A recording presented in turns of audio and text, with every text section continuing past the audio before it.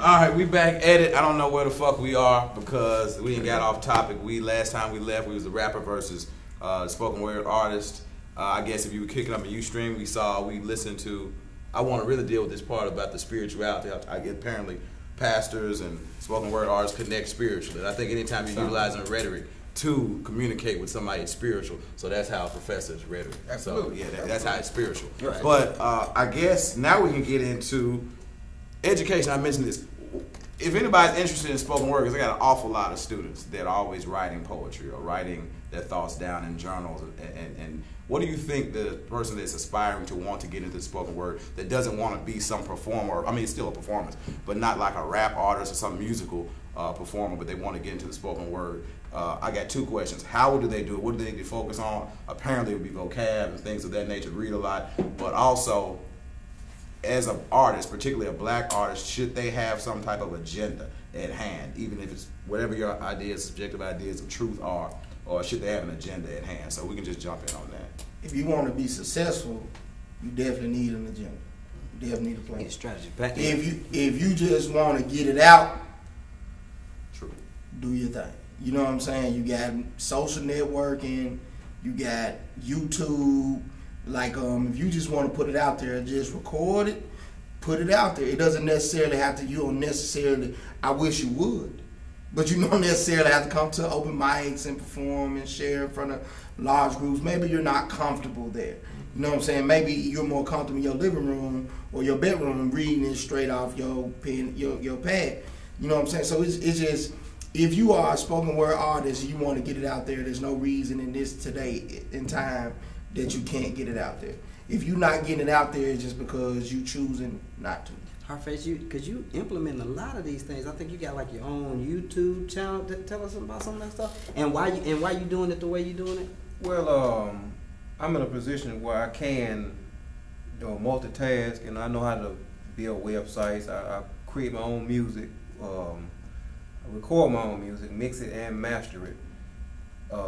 Make my own CDs, design my own CDs. So pretty much I can do everything a record company can do, in other than just putting the money behind myself. But the whole thing, I want to just get it out, because I felt I was around a few people and they really liked it. I went out of town, they liked it, so I figured more people need to hear it. Maybe I can do something with it. So that's my point. I was, when people come to you, where can I find a CD? Where are you next? So I knew I had to have a website, a social network. People started asking me, I didn't even have a CD out. People started asking me, you got a CD? So I went and recorded one. I learned how to do that, and just kept trying to figure out ways to extend what I'm trying to do. Other than people coming to see me. There's people listen to my shit all in Afghanistan, Africa, every continent. Like if you look on YouTube, you look at the insight, you can see where everybody's listening to it at, and all over the damn world. And so you never know where it can go. Just being in your room, in your house, it's cool, a couple partners, but you might have some shit that really can wake somebody up. Like, damn, I never thought about it like that. It changed somebody's life. When I started listening to poetry, it kind of changed my life because I started doing research and started doing a lot of stuff better, started thinking better. Just thinking, period. A lot of times you just react. And when you start thinking, figuring shit out, your whole life changed. Well, and that's part of what we are supposed to be as educators, right? And as ministerial leaders as well. You would hope that.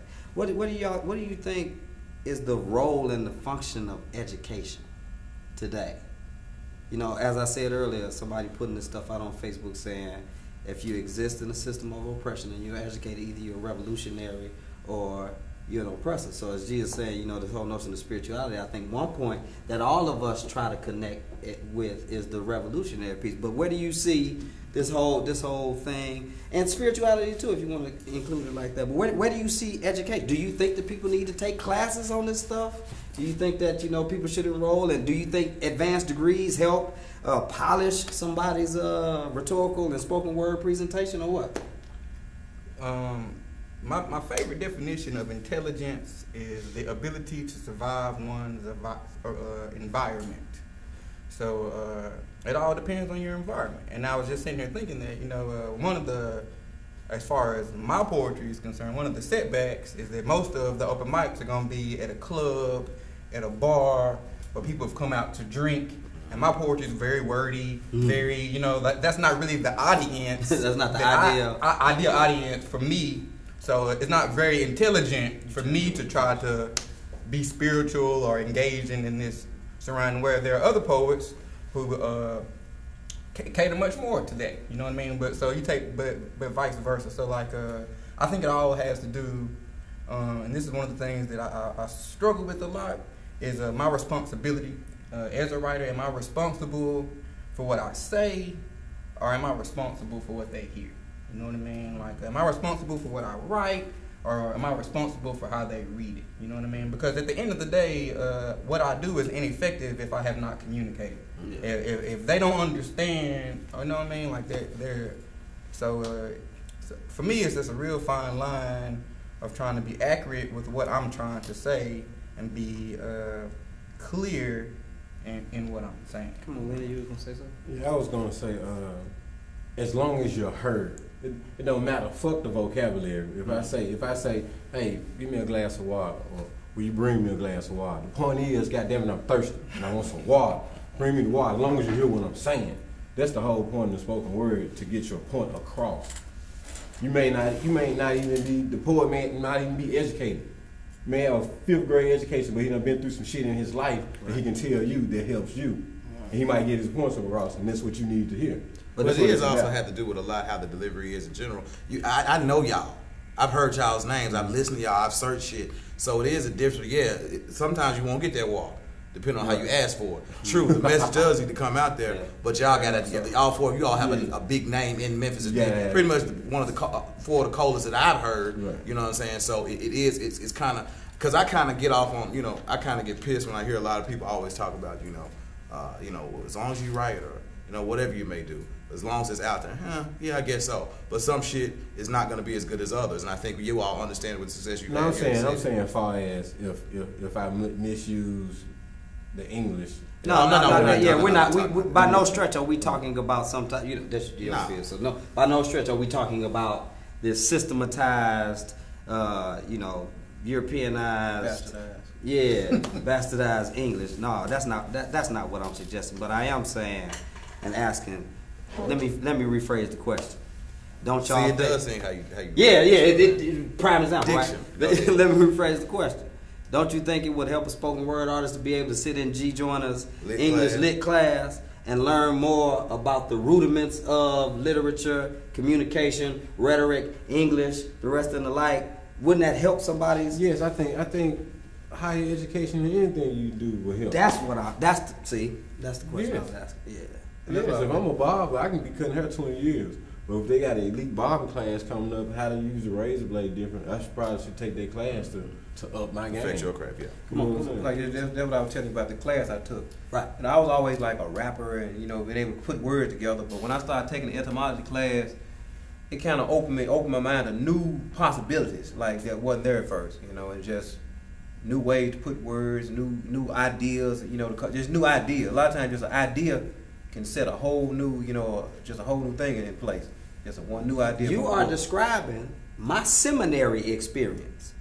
So when I go to this seminary school where they train, you know, ministers and stuff like that, and I noticed that all of the crazy questions that I asked in Sunday school that made people want to either cuss me out or kick me out was commonplace, and not only just common, but people was welcoming that. Oh, we like the way you think. That's out the box. That's new. I never.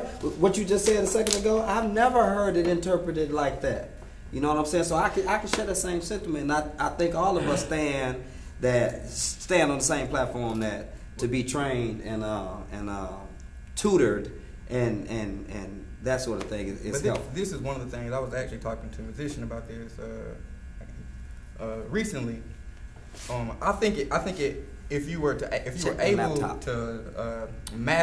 able to enter your craft and develop some form of mastery on your own, and then go get instruction, that helps. That's a way of expansion. But one of the things that we have ciphers all the time, like freestyling. I'm very much inhibited in my freestyling because I was trained to write before I, you know what I mean? Like, sentence structure messes up my freestyle. Conjugation destroys my creativity You feel bound by in the very, rules. very many ways. You know what I mean? Because of how I was introduced to the rigidness of the language. You know, but at the same time, it helps out. You know, it gives me graces.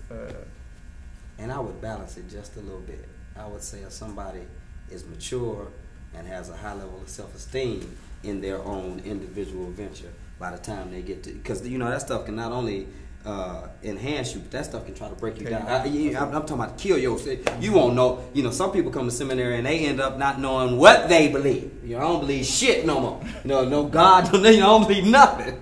You know what I'm saying? But then other people come, and it is as what one of my mentors, Dr. Valerie Bridgman, says, that God will shake the foundations of your faith to the only thing that remains is that which cannot be shaken. Say that. So look, we got to take one more break, but man, these folks got my iron sharpened and my fire stirred up. And I know D. Joyner is feeling the same way. It's the pastor and the professor. They don't do it like this everywhere. How to use them. It also says I play the violin, and that ain't true, but you give me 6 strings and a pick, and I will make a good talk.